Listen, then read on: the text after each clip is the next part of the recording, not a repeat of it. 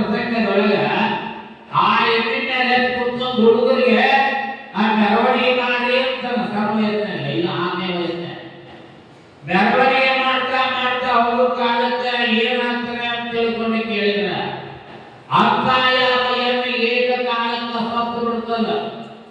ಸತ್ತು ಬಿಡುವಂತ ಸಮಯಗಳು dam dam dam dam ಬಡ್ಕೊಂತ ಹೋಗೋ ಕಾಲಕ್ಕ ಏನಾಗ್ತದೆ ಅಂತ ತಿಳ್ಕೊಂಡು ಕೇಳಿದ್ರ ಜೈ ಮಂಗಲಂ ಜೈ ನಮಃ ಪಾರ್ವತಿ ಪತಿ ಹರ ಹರ ಮಹಾದೇವ ಜಗದ್ಗುರು ಪಂಚಾಚಾರ್ಯ ಮಹಾರಾಜ ಕಿ ಕೊಟ್ಟೂರು ಬಸವೇಶ್ವರ ಶಿವಾಚಾರ್ಯ ಮಹಾರಾಜ ಕಿ ಉಮಾಪತಿ ಪಂಡಿತಾರಾಧ್ಯ ಮಹಾರಾಜ ಕಿ ಜೈ ಮಂಗಲಂ ಜೈ ನಮಃ ಪಾರ್ವತಿ ಪತಿ ಹರ ಹರ ಮಹಾದೇವ.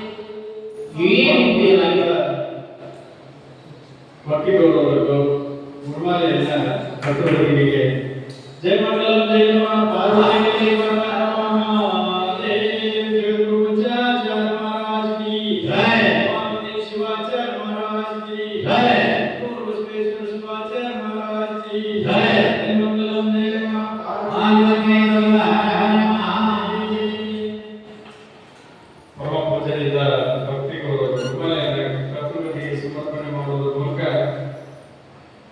ಈ ಸಮಾರಂಭದ ಪಾವನ ಸಾನ್ನಿಧ್ಯವನ್ನ ದಯಪಾಲಿಸಿ ನಮ್ಮನ್ನೆಲ್ಲ ಆಶೀರ್ವದಿಸುತ್ತಿರುವಂತಹ ಶ್ರೀಗುರುದ ಒಡೆಯರಿಗೆ ಆಗಮಿಸಿದಂತಹ ಸಮಸ್ತ ಭಕ್ತರಿಂದ ಈ ಗೌರವದ ಪ್ರಣಾಮಗಳನ್ನು ಸಮರ್ಪಣೆ ಮಾಡಿದ ಸಾನ್ನಿಧ್ಯವನ್ನು ವಹಿಸಿಕೊಂಡಿರ್ತಕ್ಕಂಥ ಪ್ರಮುಖ ಪೂಜರಿಗೆ ಪ್ರಕಾಶ ಅವರಿಗೆ ಗೌರವ ಗುರುಮಾಲೆಯನ್ನು ಸಮರ್ಪಣೆ ಮಾಡುವಂತವರಾಗಬೇಕು. ಅದೇ ರೀತಿಯಾಗಿ ಇವತ್ತಿನ ಈ ಸಮಾರಂಭದಲ್ಲಿ ನುಡಿಸೇವೆಯನ್ನು ಶ್ರೀ ಗುರುಗಳಿಗೆ ಸಮರ್ಪಣೆ ಮಾಡಲಾಗಿರ್ತಕ್ಕಂಥ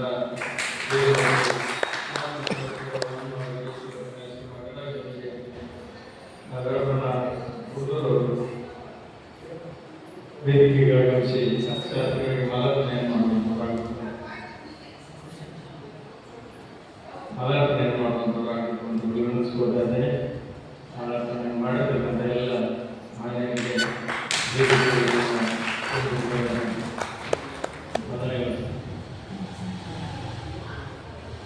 ಶಾಸ್ತ್ರಿಗಳು ನುಡಿಸೇವೆಯನ್ನು ಪ್ರಾರಂಭಿಸಿಕೊಳ್ಳಲು ವಿನಂತಿಸಿಕೊಳ್ತಾರೆ.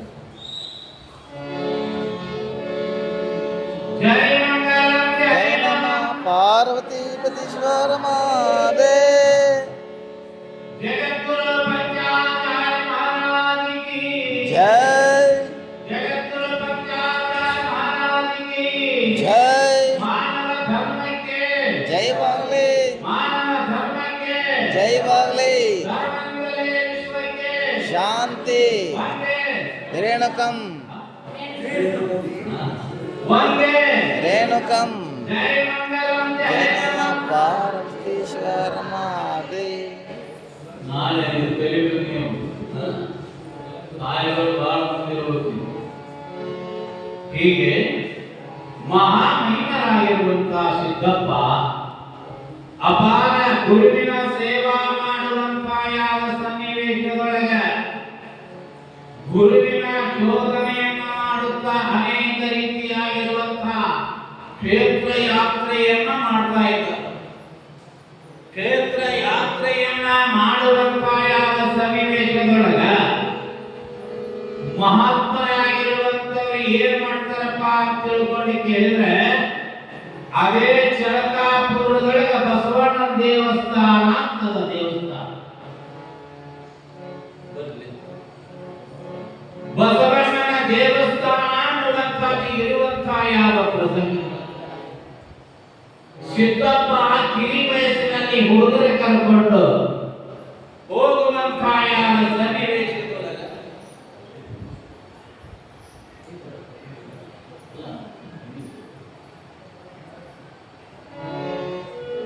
ಹುಡುಗರ ಕರ್ಕೊಂಡು ಹೋಗುವಂತಹ ಯಾವ ಸನ್ನಿವೇಶದೊಳಗ ಆ ಯಾವ ಸಿದ್ದಪ್ಪ ಬಸವಣ್ಣನ ಮೇಲೆ ಹತ್ತಿಕೊಳ್ಳುತ್ತ ಅವಾಗ ಪೂಜಾರಿ ಬಂದ ಬುದ್ಧಿಯ ಎಲ್ಲಿದ್ದೀರಿ ಅನ್ನೋದು. ಪೂಜಾರಿ ಬಂದು ಏಕಮ್ಮ ಚೋಟನಿ ಈ ರೀತಿಯಾಗಿರುವಂತಹ ಯಾವ ಬಸವಣ್ಣನ ಮೇಲೆ ಹತ್ತಿ ಕೂತಿಯಲ್ಲ ಬುದ್ಧಿ ಎಲ್ಲಿರ್ತಿ ಅಂತ ತಿಳ್ಕೊಂಡು ಅನ್ನುವಂತ ಸಮಯದೊಳಗ ಆರೋಢ ಏನಂತ ತಿಳ್ಕೊಂಡು ಕೇಳಿದ್ರ ಅನೇಕ ರೀತಿಯಾಗಿರುವಂತಹ ಮೂರ್ತಿಯನ್ನ ಪೂಜೆ ಮಾಡ್ತೀರಿ ಅದಕ್ಕೆ ಜೀವ ಕಳೆ ಕೊಟ್ಟಿಲ್ಲ ಅಂತ. ಅದಕ್ಕೆ ಗುರುಗಳು ಪಾದ ಇಟ್ಟ ಜೀವ ಕಳೆ ಬರ್ತದ ಪಟ್ಟ ದೇವರು ಜಗದ್ಗುರು ಪಾದ ಇಟ್ಟರಿಗೆ ಪುಣ್ಯ ಬರ್ತದ. ಜಗದ್ಗುರು ಪಂಚಾಚಾರ್ಯರು ಎಷ್ಟು 5 ಮಂದಿ ಬಂದು ಅನಂತ ರೀತಿಯಾಗಿರುವಂತಹ ಸುದ್ದಿಯನ್ನ ಅಭಿವೃದ್ಧಿ ಕ್ಷೇತ್ರವನ್ನ ಮಾಡುವಂತಹ ಶ್ರೀಪಾದ ಇವತ್ತ ಯಾವ್ದಪ್ಪ ಪಾದ ಅಂತ ತಿಳ್ಕೊಂಡು ಕೇಳಿದ್ರ ಡಾಕ್ಟರ್ ಕೊಟ್ಟೂರು ಬಸವೇಶ್ವರ ಶಿವಾಚಾರ್ಯ ಪಾದದಿಂದ ಈ ಭಾಗ್ಯವನ್ನು ಪಡ್ಕೊಳ್ತಾ ಇದ್ದೀವಿ. ಮೇ ತಿಂಗಳಲ್ಲಿ ಬೃಹತ್ ಕಾರ್ಯಕ್ರಮವನ್ನ ಹಮ್ಮಿಕೊಂಡು ಅನೇಕ ಕಾರ್ಯವನ್ನು ಹೇಗೆ ಮಾಡ್ತಾರೋ ಸಿದ್ದಪ್ಪ ಅಂತ ಇದಕ್ಕೆ ಜೀವ ಕಳೆ ಇಲ್ಲ ಅದಕ್ಕೆ ನಾ ಜೀವ ಕಳೆ ಕೊಟ್ಟ್ಯ ಸೋಟನ ಹುಡುಗ ಹೆಂಗೆ ಮಾತಾಡ್ತಾನಲ್ಲ ಅಂತ ಕಂಪಾರ ಒಬ್ಬವ ಆ ಊರ ಅವ್ರ ಊರು ಯಾವುದು ಪುರಾಣ ಕೇಳಿದ್ರಿ ಚಳಕ ಕಂಪಾರವ ಏನ್ ಮಾಡ್ದ ಅಂತ ತಿಳ್ಕೊಂಡೆ ಕೇಳಿದ್ರ ಹೋಗ್ತ ಹಳೆ ಹೋಗ್ತ ಈ ರೀತಿಯಾಗಿರುವಂತಹ ನೀನು ಜೀವ ಕಲೆ ಕೊಟ್ಟಿದೆ ಅಂತೆಲ್ಲ ಚೋಟನಿರಿ ನಿನ್ನಲ್ಲಿ ಆ ಶಕ್ತಿ ಏನದ ಅಂತ ಕೈ ಎತ್ತಿದ. ಕೈ ಎತ್ತಿದಾಗ ಎತ್ತಿದ ಕೈಯಾಗಿಂದ ರಕ್ತ ಗಬ ಗಬ ಸುರಿಯಾಕತ್ತು. ಜನಗಳೇ ಅಂತ ಇದ್ದಾರೆ ಈ ರೀತಿಯಾಗಿರುವಂತಹ ಯಾವ ರಕ್ತ ಸುರಿಯಾಕತ್ತಿದ್ದಾಗ ಅವಾಗ ಚಳಕಾಪುರದಾಗ ಒಂದು ಪವಾಡ ಮಾಡಿ ತೋರಿಸಿದ. ಏನ ಪವಾಡ ಮಾಡಿ ತೋರಿಸಿದ ಅಂತ ತಿಳ್ಕೊಂಡು ಕೇಳಿದ್ರೆ ಪರಮ ಪವಿತ್ರವಾಗಿರುವಂತಹ ಯಾವ 106 ಭಕ್ತರ ಮಧ್ಯದಲ್ಲಿ ನಮ ಶಿವಾಯ ಅಂತ ರಕ್ತ ಸೂರುವುದು ನಿಂತುದು. ಆ ರೀತಿಯಾಗಿರುವಂತಹ ಬಸವಣ್ಣ ಜೀವಕ್ಕೆ ಕೊಟ್ಟ ಅಂತ ತಿಳ್ಕೊಂಡಂದಾಗ ಆ ಬಸವಣ್ಣನಿಗೆ ಯಾರು ನಡ್ಕೊಳ್ತಾ ಇದ್ದಾರೋ ಸರ್ವ ಕಷ್ಟಗಳನ್ನು ದೂರೀಕರಣ ಮಾಡುವಂತ ಚೈತನ್ಯವನ್ನು ಕೊಟ್ಟ ಸಿದ್ದಪ್ಪ ಅನ್ನುವಂತಹ ಯಾವ ಅದಕ್ಕೆ ಗುರು ಸಾಮಾನ್ಯನಲ್ಲ. ಗುರುವಿನ ಅಪಾರವಾದಂತಹ ಸೇವಾ ಮಾನವನಾಗಿ ನಾವು ಮಾಡಬೇಕು ಅನ್ನೋದಕ್ಕೋಸ್ಕರವಾಗಿ ಗುರುವಚನವಲ್ಲದೆ ಲಿಂಗವೆಂದೆನಿಸದು, ಗುರುವಚನವಲ್ಲದೆ ನಿತ್ಯವೆಂದೆನಿಸದು, ಗುರುವಚನವಲ್ಲದೆ ನೇಮವೆಂದೆನಿಸದು, ಗುರುವಚನವಲ್ಲದೆ ನಿತ್ಯವೆಂದೆನಿಸದು. ತೆಲಗಿಲ್ಲದ ಅಟ್ಟೆಗೆ ಪಟ್ಟದ ಕಟ್ಟುವ ಉಭಯ ಪ್ರಸ್ತಾರ ನಚ್ಚುವುದೇ ನಮ್ಮ ಕೂಡಲ ಸಂಗಮ ದೇವ. ಇರಣ್ಣವಂತಹ ರೀತಿಯೊಳಗೆ ಮಹಾತ್ಮನಾಗಿರುವಂತಹ ಸಿದ್ದಪ್ಪ ಸಂಚಾರ ಮಾಡ್ತಾ ಹೋಗುವಂತ ಸಮಯದೊಳಗೆ ಅವನ ಕೂಡ ಸೋಮ ಭೀಮ ಇಬ್ಬರಿಗೆ ಸೋಮ ಭೀಮ ಇಬ್ಬರಿಗೆ ಸೋಮ ಭೀಮ ಅನ್ನುವಂತಹ ಇಬ್ಬರಿಗೆ ಸಂಚಾರ ಮಾಡ್ತಾರೆ. ಲೋಕ ಸಂಚಾರವನ್ನ ಮಾಡುವಂತಹ ಸಮಯದೊಳಗೆ ಕಾಶಿಯೊಳಗೆ ನಾಗಸಾಧುಗಳು ಅನ್ನುವಂಥವ್ರು ಇರ್ತಾರೆ. ನಾಗಸಾಧುಗಳು ಅನ್ನುವಂಥವ್ರು ಇರುವಂತಹ ಯಾವ ಸನ್ನಿವೇಶದೊಳಗ ತ್ರಿಕಾಲ ಜ್ಞಾನಿಯಾಗಿರುವಂತಹ ಯಾವ ನಾಗಸಾಧುಗಳು ಏನೆಲ್ಲವನ್ನ ಬಲ್ಲಂತಹ ಯಾವ ಸಾಧುಗಳು ಅಂತ ಯಾವ ಸಾಧುಗಳ ಪಕ್ಕದಲ್ಲಿ ಹೋಗ್ತಾನ ಸಿದ್ದಪ್ಪ ನೀನ್ ಯಾರು ಅಂತ ಕೇಳ್ತಾನ. ಅವಾಗ ಹೇಳ್ತಾನ ನಾನು ಯಾರು ಅಂತ ಕೇಳ್ತೀಯಲ್ಲ ನನ್ನ ಹೆಸರು ಸಿದ್ದಪ್ಪ. ಇಲ್ಲಿ ಯಾಕೆ ಬಂದೆ ಅಂತ ರಾತ್ರಿಯೊಳಗೆ ಈ ರಾತ್ರಿಯೊಳಗೆ ಯಾಕೆ ಬಂದೆ ಅಂತ ತಿಳ್ಕೊಂಡು ಕೇಳಿದ್ರ ನೀವೆಲ್ಲ ಸಾಧು ವೇಷವನ್ನ ಹಾಕಿಕೊಂಡು ಲೋಕವನ್ನ ಲೂಟಿ ಮಾಡತಕ್ಕಂತ ಯಾವ ಅನೇಕ ಒಳ್ಳೆ ರೀತಿಯಾಗಿರುವಂತಹ ಭಕ್ತರ ಸುಲಿಗೆಯನ್ನು ಮಾಡ್ತಾ ಇದ್ದೀರಿ. ಅದಕ್ಕೋಸ್ಕರವಾಗಿ ಆ ಸುಲಿಗೆಯನ್ನು ಬಿಡಿಸಬೇಕು ಅಂತ ತಿಳ್ಕೊಂಡು ನಿಮ್ಮ ಹತ್ರ ಬರ್ತೀನಿ. ತಪ್ಪಿತು ಬಸ್ಸಾರು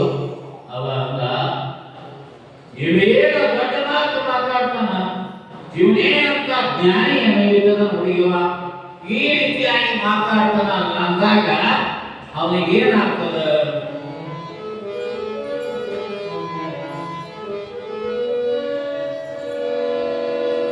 ಮೈಯೆಲ್ಲ ಉರಿ ಉರಿ ಅಂತ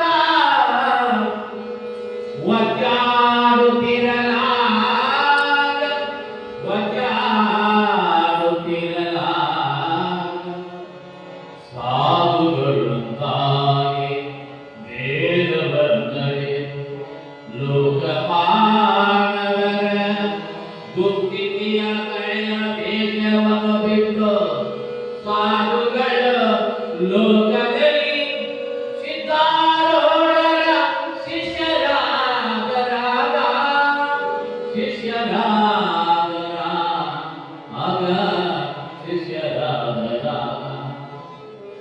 ಅವಾಗ ಒಬ್ಬ ಸಾಧು ಅಂತ ನಿರ್ಧಾರ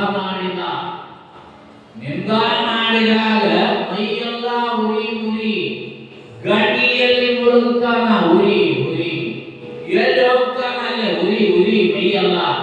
ಪುಣ್ಯಾತ್ಮ, ನಿನ್ನನ್ನ ನಿರ್ಧಾರ ಮಾಡಿದ್ದಕ್ಕೋಸ್ಕರವಾಗಿ ಅಪರಾಧವಾಗಿದೆ, ಕ್ಷಮ ಮಾಡಬೇಕು ಅಂತ ತಿಳ್ಕೊಂಡು ಕೇಳಿದಾಗ ಕಾಶಿಯಲ್ಲಿ ಅನೇಕ ಉಪದೇಶವನ್ನ ತತ್ವದ ಉಪದೇಶವನ್ನ ಮಾಡುತ್ತಾ ನಿಜಗುಣರು ಹೇಳಿದಂತೆ ತೋರದಯ್ಯ ಸುಖ ತೋರದು ಬೇರೆ ಬೇರೆ ಭಾವಿಸಿ ಬ್ರಹ್ಮಜ್ಞಾನವಿಲ್ಲದವರಿಗೆ ತೋರದು ಎನ್ನುವಂತ ರೀತಿಯೊಳಗೆ ಮಹಾತ್ಮರಾಗಿರುವಂತವರು ಅನಂತ ಪವಾಡಗಳನ್ನ ಮಾಡುವಂತ ಯಾವ ಸನ್ನಿವೇಶದೊಳಗೆ ಏನಾಗ್ತದೆ ಅಂತ ತಿಳ್ಕೊಂಡು ಕೇಳಿದ್ರೆ ಕಾಶಿ, ಪುಣೆ, ಬಾಂಬೆ ಅನೇಕ ಪುಣ್ಯಕ್ಷೇತ್ರಗಳನ್ನು ತಿರುಗುತ್ತಾ ಬರುವಂತ ಯಾವ ಮಾರ್ಗದೊಳಗೆ ಎಲ್ಲಿಗೆ ಬರ್ತಾರಪ್ಪ ಅಂತ ತಿಳ್ಕೊಂಡು ಕೇಳಿದರೆ ಗುರುವನ್ನ ಅನಿಸುತ್ತಾ ಹಠಯೋಗ, ಲಯಯೋಗ, ರಾಜಯೋಗ, ಶಿವಯೋಗ ಬಲ್ಲಕ್ಕ ಗುರುವಿನನ್ನ ಅನಿಸ್ತಾ ಇದ್ದಾನೆ.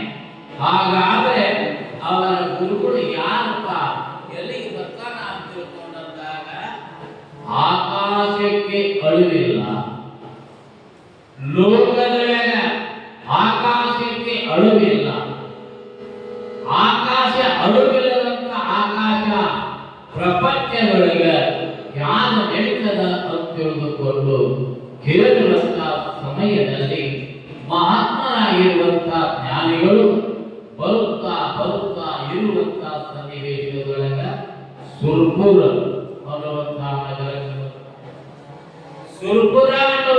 ನಗರಕ್ಕೆ ಬರುವಂತ ಸನ್ನಿವೇಶದಲ್ಲಿ ಮಹಾಮಹಿಮರಾಗಿರುವಂತ ಯಾವ ಸುರ್ಪುರದಲ್ಲಿರುವಂತ 4 ಮಂದಿ ಸಾಧುಗಳಂತ ಇದ್ದಾರೆ.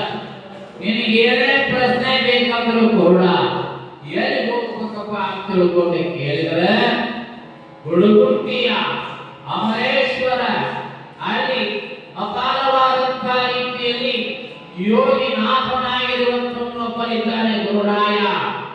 ಅಂತ ಯಾವ ಗುರುರಾಯರಾಗಿರುವಂತವನ ಹತ್ರ ನೀನೋಗ ಏನೆಲ್ಲವನ್ನು ಕೂಡ ನೀನು ಸಾಧನೆ ಮಾಡಬಲ್ಲೆ ತಿಳಿದುಕೊಂಡು ಅಂದಾಗ ಹುಡುಗುಟ್ಟಿಯ ಅಮರೇಶ್ವರದ ಪರಮ ಪೂಜ್ಯರಾಗಿರುವಂತ ಅಮರಗುಂಡ ಶಿವಾಚಾರ್ಯರು ಅನ್ನುವಂತ ಶಿವಾಚಾರ್ಯರ ಹತ್ರ ಬರಬೇಕು ಅಂತ ತಿಳ್ಕೊಂಡು ದಾರಿಗಳು ಬರುವಂತ ಸನ್ನಿವೇಶಗಳು ಮಠ ಬಂತು.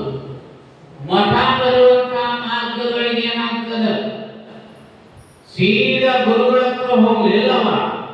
ಆಗಿನ ಕಾಲದಾಗ ಕುದುರೆ ಕಟ್ಟಿದ್ರು.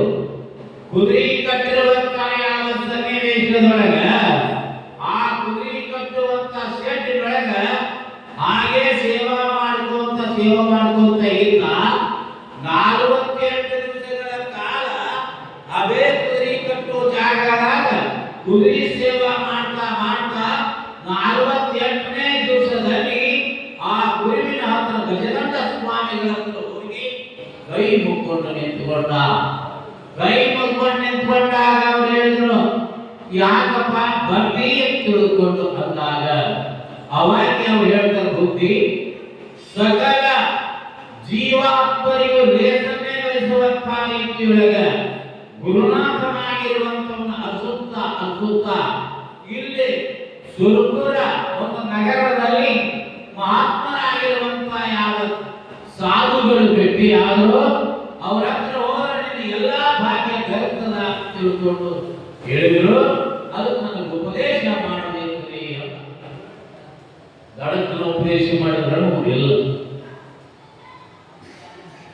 ದಡಕ್ಕನ ಉಪದೇಶ ಮಾಡಿ ಕೆಲವು ಕಾಲ ಅವನಿಗೆ ಅನಂತ ರೀತಿಯಾಗಿರುವಂತಹ ಯಾವ ಆಣವ ಮಲ, ಮಾಯಾಮಲ, ಕಾರ್ಮಿಕ ಮಲ, ಅದೇ ರೀತಿಯಾಗಿರುವಂತಹ ಸಂಚಿತ, ಆಗಮ್ಯ, ಪ್ರಾರಬ್ಧ ಎಂತಾವಿವ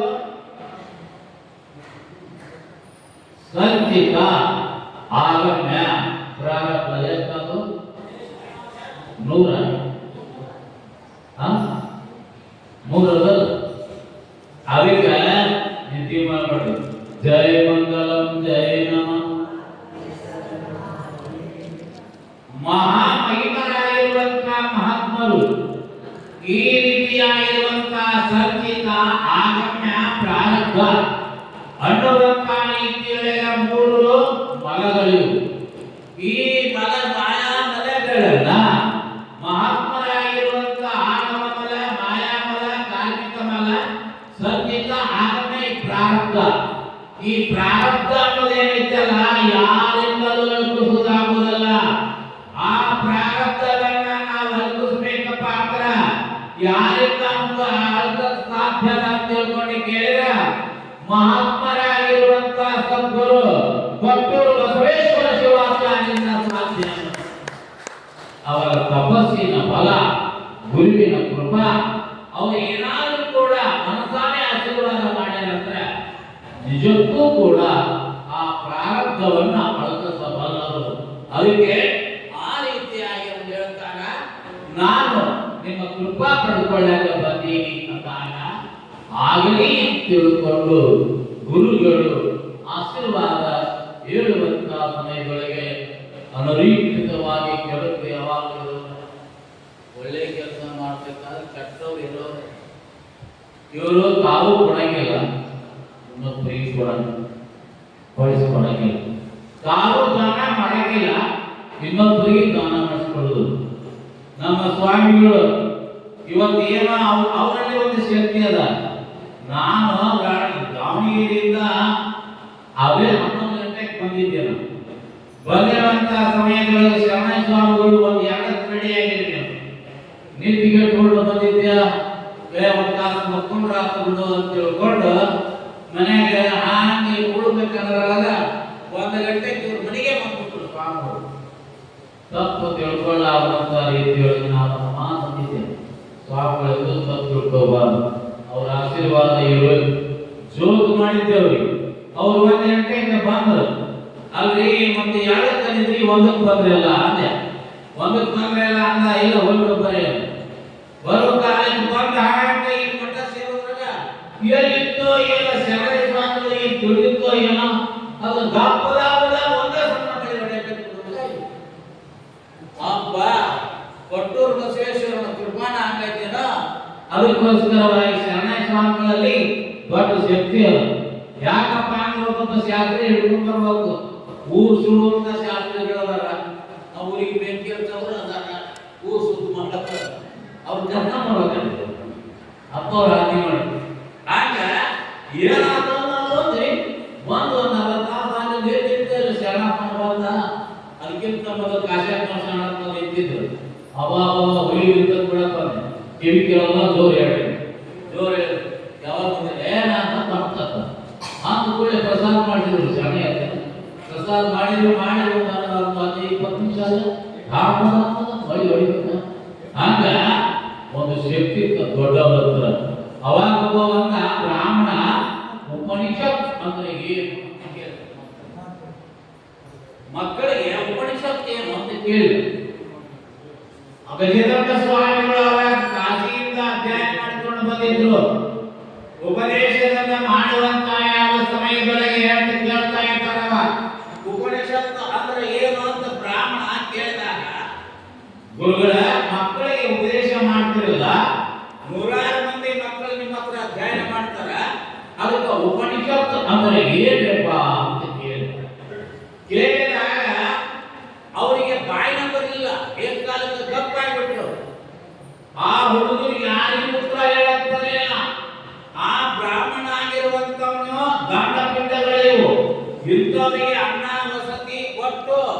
ಅನೇಕ ಅವ್ರನ್ನ ವಿದ್ಯಾ ಕಲಿಯಾಕಂತ ತಿಳ್ಕೊಂಡ್ರಿ ಒಂದು ಪ್ರಶ್ನೆ ಹೇಳಂಗಿಲ್ಲ ಅಂತ ತಿಳ್ಕೊಂಡಂದಾಗ ಇಲ್ಲಿ ಇಂತ ಕುದುರೆ ಸೇವೆ ಮಾಡ್ತಿದ್ನಲ್ಲ ಸಿದ್ದಪ್ಪ, ಆ ಸಿದ್ದಪ್ಪ ಹಾಂಗ ಹೋಗಿ ಗುರುವಿನ ಮುಂದೆ ಹೋಗಿ ನಿಂತ್ಕೊಂಡಂತ ಸಮಯದೊಳಗ ಅಂತ ಯಾವ ಸಿದ್ದಪ್ಪ ತಡ ಉಪನಿಷತ್ ಆಗಮಗಳ ಬಗ್ಗೆ, ಉಪನಿಷತ್ತುಗಳ ಬಗ್ಗೆ, ಅನೇಕ ವೇದಾಂತದ ಬಗ್ಗೆ ಪಟ್ಟು ಹೇಳಿಬಿಟ್ಟ. ಬ್ರಾಹ್ಮಣ ಮುಖಭಂಗವಾಗಿ ಮರ್ಯಾದೆ ಹೋಗಿ ಹಾಗೆ ಬಾಯ್ಕೊಂಡು ಸುಮ್ಮನೆ ಓಡೋಗಿಬಿಟ್ಟು. ಹಾಗನೆ ಅವಾಗ ಮಹಾಜ್ಞಾನಿಯಾಗಿರುವಂತ ಗಜದಂಡ ಮಹಾಸ್ವಾಮಿಗಳು ಲೋಕದ ಒಂದು ಉದ್ಧಾರ, ಅದರ ಜೊತೆಯಲ್ಲಿ ಅದ್ವೈತದ ಅಪಾರವಾದಂತಹ ರೀತಿಯೊಳಗೆ ತತ್ವವನ್ನ ಜಗತ್ತಿಗೆ ಬಿತ್ತರಿಸಪ್ಪ ಅಂತ ತಿಳ್ಕೊಂಡು ಹೇಳಿ ಅವನಿಗೆ ಇಷ್ಟಲಿಂಗವನ್ನ ಜೈ ಮಂಗಲಂ ಜೈ ಪಾರ್ವತಿ ಪತಿ ಸ್ವರ್ಣಮಾತೆ ಅವನಿಗೆ ಇಷ್ಟಲಿಂಗವನ್ನ ಕೊಡುವಂತಹ ಸಮಯದೊಳಗೆ ಅವರಿಂದ ಉಪದೇಶ ಪಡ್ಕೊಂಡಿದ್ರಲ್ಲ ಮಂದಿ ಅವರು ಗುರುವಿಗೆ ಏನು ಕೊಡಬೇಕು ಅಂತ ಸಿದ್ಧಾಂತ ಮಾಡಿಕೊಂಡು, ಗುರುವಿಗೆ ಏನು ಕೊಡಬೇಕು ಅಂತ ಸಿದ್ಧಾಂತವನ್ನು ಮಾಡಿಕೊಳ್ಳುವಂತಹ ಸಮಯದೊಳಗೆ ಆಗಿನ ಕಾಲದಲ್ಲಿ ಅನಂತ ರೀತಿಯಾಗಿರುವಂತಹ ಶ್ರೀಮಂತರಿದ್ದವರು. ನಿಮಗೂ ಒಂದು ಯೋಗದ ಜಗದ್ಗುರು ಮಹಾ ಕಾರ್ಯ ಮಾಡ್ತಾರಪ್ಪ ಅವರು. ನಿಮ್ಮ ಹತ್ರ ಶ್ರೀಮಂತರಿದ್ದವರು 50,000, 20,000, 11,000, 5,000, ಕಡುಬಡವರಿಂದ 500,000 ಹಿಂಗೇನಾದ್ರು ರೂಪಾಯಿ ಖರ್ಚಿದ್ರೆ ನಿಜಕ್ಕೂ ನಿಮ್ಮ ಮಕ್ಕಳ ಮನೆಗೆ ನಿಮ್ಮ ವಂಶವನ್ನ ಉದ್ಧಾರ ಮಾಡತಕ್ಕಂತ ಶಕ್ತಿ ಒಳ್ಳೆ ಸಮಯವಾಗಿದೆ.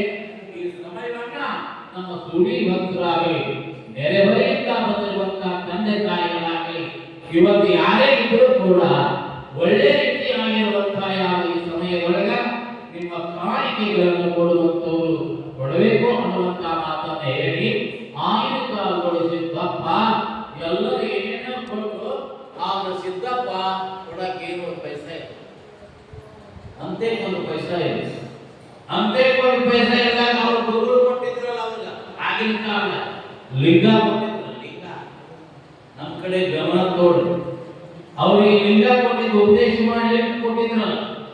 ಎಲ್ಲರೂ ಬಂಗಾರ ಕೊಟ್ಟರು, ಬೆಳ್ಳಿ ಕೊಟ್ಟರು, ರೊಕ್ಕ ಕೊಟ್ಟರು, ಏನೆಲ್ಲ ಕೊಟ್ಟರು. ಆಗ ಸಿದ್ದಪ್ಪನ ಮನಸ್ಸು ಏನ್ ಅನಿಸ್ತೀವಲ್ಲ, ಎಲ್ಲರೂ ಏನೇನು ಕೊಟ್ಟರು ನಾ ಏನು ಕೊಡಬೇಕಂತ ವಿಚಾರ ಮಾಡಿ ಆ ಸಿದ್ದಪ್ಪ ಏನ್ ಮಾಡಿದ ಹೋಗಿ ಈ ಲಿಂಗ ಏನ್ ಅನುಗ್ರಹ ಮಾಡಿಲ್ಲ, ಇದನ್ನೇ ನಿಮಗೆ ಕೊಡ್ತೀನಿ ಅಂತ ಹೇಳಿ ನಮಸ್ಕಾರ ಮಾಡಿಬಿಟ್ಟ. ಅವಾಗ ಏನಂತ ಹೆಸರಿಟ್ರು, ಭಾರತೀ ಸಿದ್ಧಾರೂಢ ಅನ್ನುವಂತಹ ಹೆಸರನ್ನ ಇಟ್ಟು ಲಿಂಗ ಇಲ್ಲದೆ ಲಿಂಗನೇ ನೀನೇ ಲಿಂಗ ಅನ್ನುವಂತಹ ರೀತಿಯೊಳಗೆ ಹೇಳುವಂತ ಯಾವ ಸಮಯದೊಳಗೆ ಹಾಗಾದ್ರೆ ಏನಾಗ್ತದೆ? ನಾನೆಂಬುದು ನಾನಲ್ಲ, ಈ ಮಾನವ ಜನ್ಮವು ನಾನಲ್ಲ. ನಾನೆಂಬುದು ನಾನಲ್ಲ, ಈ ಮಾನವ ಜನ್ಮವು ನಾನಲ್ಲ.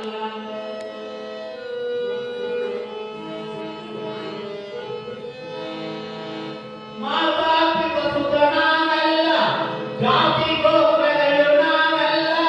ನಾನೆಂಬುದು ನಾನಲ್ಲ, ಈ ಮಾನವ ಜನ್ಮ ನಾನಲ್ಲ. ನಾನೆಂಬುದು ನಾನಲ್ಲ, ಈ ಮಾನವ ಜನ್ಮವು ನಾನಲ್ಲ.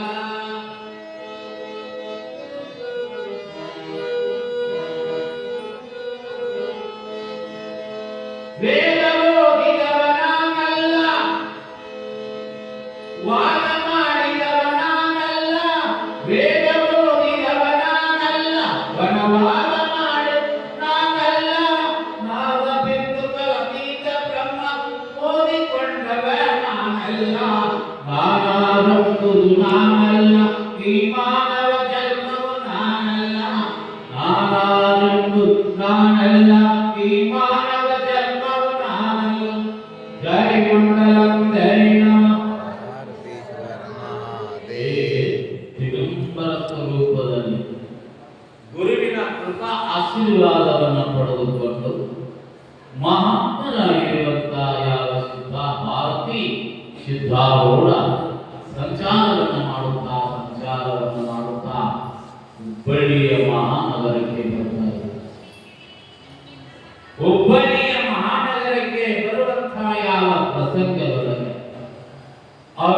ಅಗೋಚರವಾಗಿರುವಂತಹ ಯಾವ ಉಜ್ಜಣ್ಣವರ ಕಲ್ಲಪ್ಪ ಅಂತ ಶ್ರೀಮಂತ ಆಗಿದ್ದ. ಯಾಕಂದ್ರೆ ಮದುವೆ ಪೂರ್ತಿ ರಾಮಾಯ 3 ತಿಂಗಳು ಹೇಳಿದ್ರು ಮುಗಿಯೋದಿಲ್ಲ. ಉಜ್ಜಣ್ಣವರ ಕಲ್ಲಪ್ಪ ಅನ್ನುವಂತಹ ಒಬ್ಬ ವ್ಯಕ್ತಿ ಶ್ರೀಮಂತ. ಅಂತ ಯಾವ ಶ್ರೀಮಂತನಾಗಿರುವಂತವನು ಸಾಕಷ್ಟು ರೀತಿಯಾಗಿರುವಂತಹ ಗಿಂಟಗಟ್ಟಲೆ ಬೆಳ್ಳಿ ಬಂಗಾರ ಎಲ್ಲ ಆಸ್ತಿ ಇರುವಂತಹ ಯಾವ ವ್ಯಕ್ತಿ ಇರುವಂತಹ ಯಾವ ಸನ್ನಿವೇಶದೊಳಗ ಮಹಾಜ್ಞಾನಿಯಾಗಿರುವಂತಹ ಬಸವಣ್ಣ ಸ್ವಾಮಿಗಳು ಅನ್ನುವಂಥವರು ಅವರನ್ನ ಬರಮಾಡಿಕೊಂಡು ವಾಸ್ತವ್ಯ ಮಾಡಿಸುವಂತಹ ಸಮಯದೊಳಗ ಅಲ್ಲಿ ನೂರಾರು ಜನ ಭಕ್ತಾದಿಗಳು ಅವರು ಬರು ಹೋಗುವ ಯಾವ ಸಮಯದೊಳಗ ಉಜ್ಜಯಿನವರ ಕಲ್ಲಪ್ಪ ಅನ್ನುವಂತಹ ವ್ಯಕ್ತಿ ಬಂದು ನಮಸ್ಕಾರ ಮಾಡ್ತಾರೆ.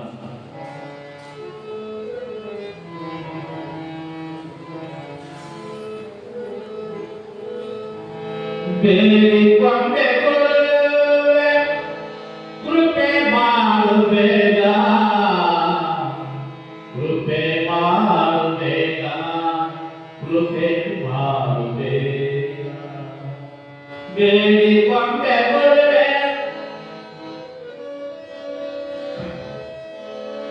ಕೃಪೆ ಮಾಡು ಬೇಗ, ಕೃಪೆ ಮಾಡು ಬೇಗ, ಕೃಪೆ ಮಾಡು ಬೇಗ.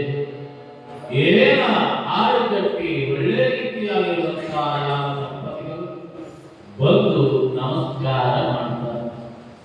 ನಮಸ್ಕಾರವನ್ನ ಮಾಡುವಂತಹ ಸಮಯದೊಳಗ ಅಂತ ಯಾವ ಉಜ್ಜನ್ನವರ ಕಲ್ಲಪ್ಪ ಅನ್ನುವಂತಹ ವ್ಯಕ್ತಿ ಅಂತ ಬುದ್ಧಿ ಏನೆಲ್ಲ ಅವರ ಕರೆ ಆದ್ರೆ ನಿಮ್ಮ ಮಕ್ಕಳಿಲ್ಲ, ಮಕ್ಕಳಿಲ್ಲ ಅಂದಾಗ ಮಹಾಮಹಿಮರಾಗಿರುವಂತಹ ಆರೋಗ್ಯರು ಕಲ್ಲಪ್ಪ ನಿನಗ ನಿಮ್ಮ ರಕ್ಷಣೆ ಮಾಡೋದಕ್ಕೋಸ್ಕರವಾಗಿ ನಿಮ್ಮ ವಂಶ ಉದ್ಧಾರ ಮಾಡೋದಕ್ಕೋಸ್ಕರವಾಗಿ ಅಲ್ಪಾಯುಷ್ಯ ಮಗ ಬೇಕು, ಲೋಕ ಕಲ್ಯಾಣವನ್ನೇ ಮಾಡುವಂತ ಮಗ ನಿಮಗೆ ಬೇಕು ಅಂತ ಹೇಳಿದ್ರು. ಅವಾಗ ಅವರದ್ದು ಬುದ್ಧಿ ಲೋಕ ಕಲ್ಯಾಣ ಮಾಡುವಂತ ಮಗ ಬೇಕು ಅಂದಾಗ ನಾನೇ ನಿಮಗೆ ಮಗ, ನೀವೇ ನನಗೆ ತಂದೆ ತಾಯಿಯಲ್ಲ ಸುಧಾರಲ್ಲ. ಅವಾಗೆ ಆ ತಂದೆ ಕೈ ಬಿಟ್ಟಿಲ್ಲ. ಅವರ ಆಸ್ತಿ ಬಂಗಾರ ಏನು ಒಡಿವಿ ಎಲ್ಲ ಅವನ್ನೆಲ್ಲ ಅವರ ಹೆಸರಿನಿಂದ ಬರೆದು ಅವರ ಜಾಗ ಅದರೊಳಗನೆ ಹುಬ್ಬಳ್ಳಿಗೆ ಮಠವನ್ನು ನಿರ್ಮಾಣ ಮಾಡಿದ್ದಾನೆ. ಮುಂದೆ ನಾನು ಹುಟ್ಟಿ ಬರ್ತೀನಿ ಅಂತ ತಿಳ್ಕೊಂಡು ಹೇಳಿದಾಗ ಅವರ ಗ್ರಂಥದೊಳಗೆ ಸಿದ್ದಪ್ಪ ಹುಟ್ಟಿ ಬರ್ತಾ ಇದ್ದಾನೆ. ಬರುವಂತ ಯಾವ ಸನ್ನಿವೇಶದೊಳಗೆ ಏನಾಗ್ತದ ಅಂತ ತಿಳ್ಕೊಂಡು ಕೇಳಿದ್ರೆ ಎಂತೆಂಥ ಭಕ್ತರು ಜಗತ್ತಿನದ ಅಂತೀರಿ. ಆಗ ಒಳ್ಳೆ ರೀತಿಯಾಗಿರುವಂತಹ ಹಬ್ಬವನ್ನ ಆಚರಣೆ ಮಾಡ್ತಿದ್ರು. ರೊಟ್ಟಿ ಹಬ್ಬ ಆಗ್ತು ಕಡೆ ರೊಟ್ಟಿ ಹಬ್ಬವನ್ನ ಆಚರಣೆಯನ್ನ ಮಾಡುವಂತ ಸಮಯದೊಳಗ ಹೆಣ್ಣು ಮಕ್ಕಳೆಲ್ಲರೂ ಕೂಡಿಕೊಂಡು ರೊಟ್ಟಿ ಮಾಡಿಕೊಂಡು 16,000 ಜನಸಂಖ್ಯೆ ತೋಟದೊಳಗ ಹುಬ್ಬಳ್ಳಿ ಮಠದಿಂದ ತೋಟದೊಳಗ ಬುತ್ತಿ ಮಾಡ್ಕೊಂಡು ಎಲ್ಲರೂ ಪ್ರಸಾದ ಮಾಡ್ತಾ ಇದ್ರು. ಆರೋಟದ ಕೀರ್ತಿ ಎಲ್ಲ ಕಡೆಗೆ ಬರುವ ಯಾವ ಬೆಳೆಯುವಂತಹ ಯಾವ ಪ್ರಸಂಗದೊಳಗ ಅವರ ಹತ್ರ ಇರುವಂತ ಒಬ್ಬ ಹೆಣ್ಮಗಳು ಸಂಗಮ್ಮ ಅನ್ನುವಂತ ಸೇವಕರು. ಅದಕ್ಕ ನಮ್ಮವರೇ ನಮ್ಮನ್ನ ಕೊಲೆ ಮಾಡ್ತಾರೆ. ಅದಕ್ಕೆ ಸುಖದ ಹಡೆದೆನೆಂದು ಹಡೆದರೆ ನಿದ್ದೆರಗಿ ನಿಂತ್ಕೊಂಬುವುದೇ ಈ ದುಃಖ. ನಿದ್ದೆ ಮಾಡಿ ಸುಖದ ನೆಂದು ಹಡೆದನೆಂದು ಹಡೆದರೆ ನಿದ್ದೆರಗಿ ಮುಂಬುವುದು ಈ ದುಃಖ. ಈ ದುಃಖಕ್ಕೆ ಎಡೆಯಿಲ್ಲ ಎನ್ನುವಂತಹ ರೀತಿಯಲ್ಲಿ ಅನೇಕ ರೀತಿಯಾಗಿರುವಂತಹ ಆರೋಢರ ಸೇವಾ ಮಾಡತಕ್ಕಂಥ ಸಂಗಮ ಅನ್ನುವಂಥ ಹೆಣ್ಣವರು ಸೇವಾ ಮಾಡ್ತಿದ್ರು. ಸೇವಾ ಮಾಡೋ ಕಾಲದ ನಮ್ಮಂತ ಐನರು ಅಪ್ಪ ಸುದ್ದಿ ಹೇಳುವ ನಾವು ಐನರ ಏನ್ ಮಾಡಿದ ಅಂತ ಸಂಗಮ ಹೇಳಿಲ್ಲ. ನಿನಗೆ 4 ಬಂಗಾರ ಬಳಿ ಮಾಡಿಸ್ಕೊಡ್ತೀನಿ, 1 ಲೀಟರ್ ರೊಕ್ಕ ಕೊಡ್ತೀನಿ, ಯಾವ ಸಿದ್ಧಾರು ವಿಷ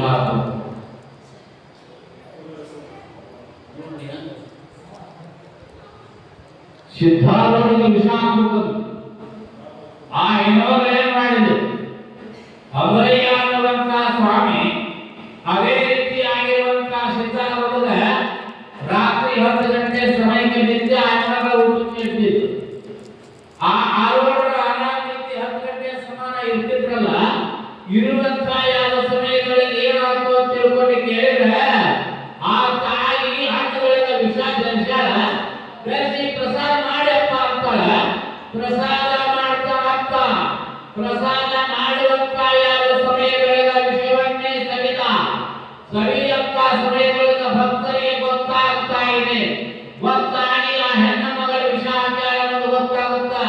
ತ್ರಿಕಾಲ ಜ್ಞಾನಿಯಾಗಿರುವಂತ ಸಿದ್ದಪ್ಪನಿಗೆ ಅರಿವಾಗ್ತದ, ನನಗೆ ವಿಷವನ್ನೇ ಹಾಕ್ಯಾಳ ಅಂತ ತಿಳ್ಕೊಂಡು ಗೊತ್ತಾಗುವಂತ ಸಮಯದಲ್ಲಿ ಎಲ್ಲರೂ ಬಂದು ಬಡಿ ಬಡಿ ಬಡಿ ಬಡಿಯಾಗಿ ಹೋಗ್ಬಿಡ್ತಾರ. ಅವಾಗ ಸಿದ್ದಪ್ಪ ಮಹಾರಾಜ ಸಿದ್ಧಾರೂಢ ಹೇಳ್ತಾರ, ಆ ತಾಯಿಯನ್ನ ಬಡಿಬಾರು, ಯಾರು ಒಟ್ಟಬಾರು ಅಂತ ಆಜ್ಞೆ ಮಾಡ್ತಾನ. 21 ದಿವಸ ಆದ್ಮೇಲೆ ಪುನಃ ನಾನು ಭೇಟಿ ಆಗ್ತೀನಿ ಅಂತ ನೋಡ್ರಿ. ಆರೋಗ್ಯ ತತ್ವ ಇದೆ.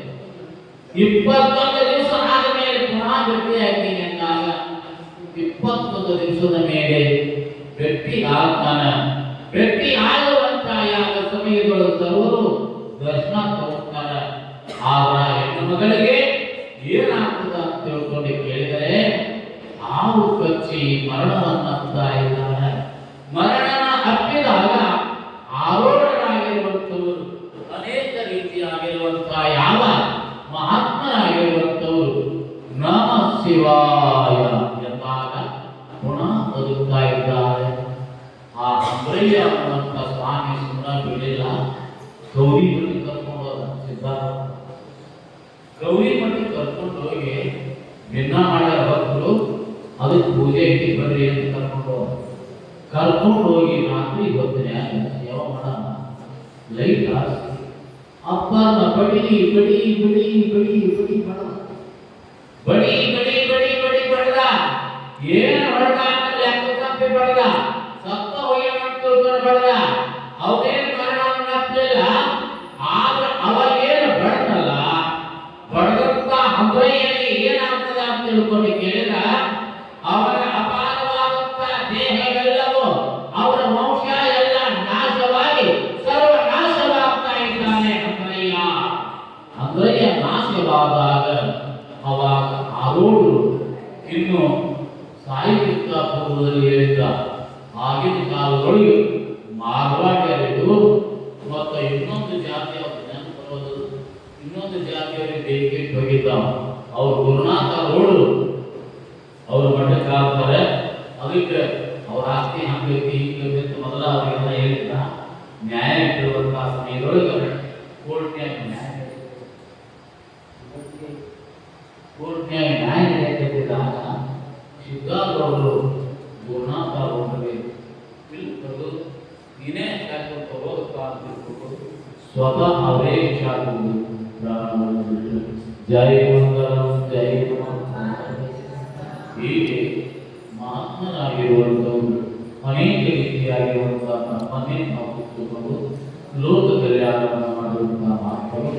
ಅಂಥ ಯಾವ ಮಹಾತ್ಮರ ಈ ಕಾರ್ಯಕ್ರಮದಲ್ಲಿ ಇವತ್ತು ತಪಸ್ವಿಗಳಾಗಿರುವಂತಹ ಪರಮ ಪೂಜ್ಯ ಸತತರ ಬ್ರಹ್ಮ ಲಲಿತ ಚಕ್ರವರ್ತಿಗಳಾಗಿರುವಂತಹ ಡಾಕ್ಟರ್ ಕೊಟ್ಟೂರು ಬಸವೇಶ್ವರ ಶಿವಾಚಾರ್ಯ ಮಹಾಸ್ವಾಮಿಗಳು ಇವತ್ತು ಮಾಡುವಂತಹ ಮಹತ್ವವಾಗಿರುವಂತಹ ಕಾರ್ಯ.